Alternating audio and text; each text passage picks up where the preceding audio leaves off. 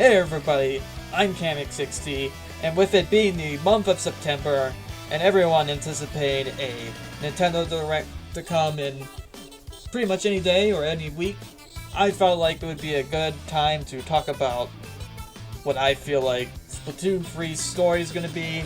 This is going to be a complete shot in the dark, and it might not actually be true, but with a Nintendo Direct coming up, possibly, and Splatoon information being in that Nintendo Direct, also possibly, I thought it would be a good opportunity to talk about what I think Splatoon 3's story is going to be. Now, before we get started with Splatoon 3's story, let's start from the beginning. Now, with the first game, we kind of just followed Captain Cuttlefish down into the sewers that led to Octo Valley.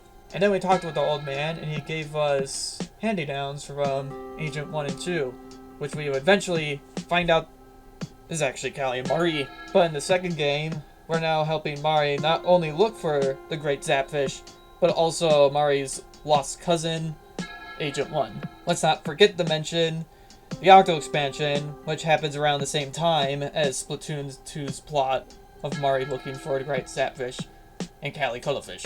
Is that their last name? I mean, I've kind of been guessing that their last name is Cuttlefish because they're cousins of Captain Cuttlefish, but I don't know if it's ever been confirmed that. Leave down in the comments if you think that their last names is both Cuttlefish. Anyways, what happens in the Octo expansion is Captain Cuttlefish is out on a mission with Agent 3. They somehow get lost into the deep sea metro. That's kind of left up a mystery, but what we do know is they eventually team up with a Octoling. Octoling has been deprogrammed from Calamari Incantation and is now going to help Captain Cuttlefish and Agent 3 eventually escape the deep sea metro and get back to the surface. Get to the promised land. Get to Inkopolis with a little help from Pearl and Marina. And that leads us to now, where we have a trailer of an Inkling out in like the middle of nowhere with a bunch of subway trains crashed, a bunch of rusted cars, and the Eiffel Tower that has been turned upside down by the Squid Sisters after their visit in Paris. So what do I think is going on here? Well, I am actually thinking that this isn't part of the story.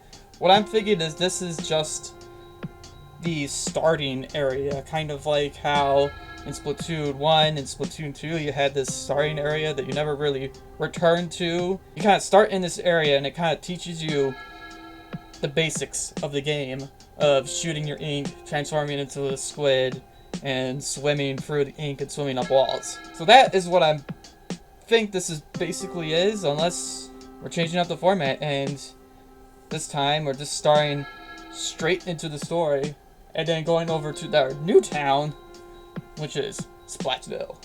Well, Splatsville kind of throws a monkey wrench into Splatoon, in my opinion, because, in my opinion, it wouldn't make sense for characters like the Squid Sisters or Captain Cuttlefish to be in Splatsville, because who's watching the Great Zapfish if they're in Splatsville and not Inkopolis?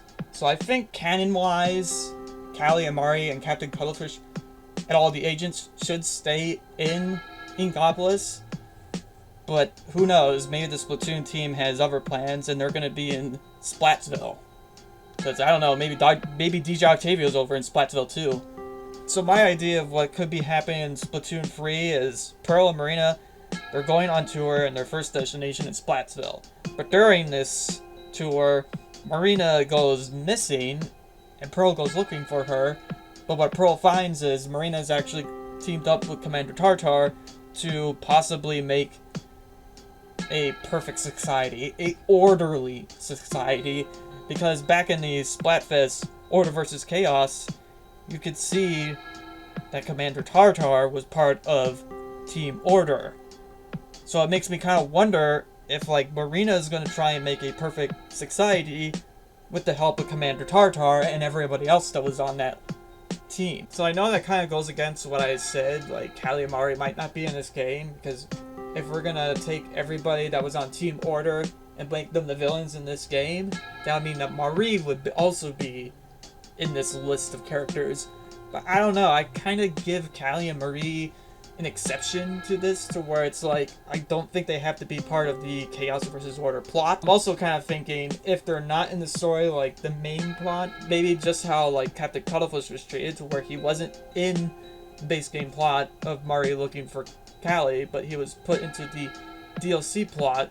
I'm thinking the same thing might happen with the Squid Sisters, where the DLC plot might be added to the game, and then the Squid Sisters will be heavily involved in that plot instead of the main. So what do you guys think of my hunch at Splatoon 3's story? Do you think it's crazy? Do you think it's good? Do you think it's actually going to happen?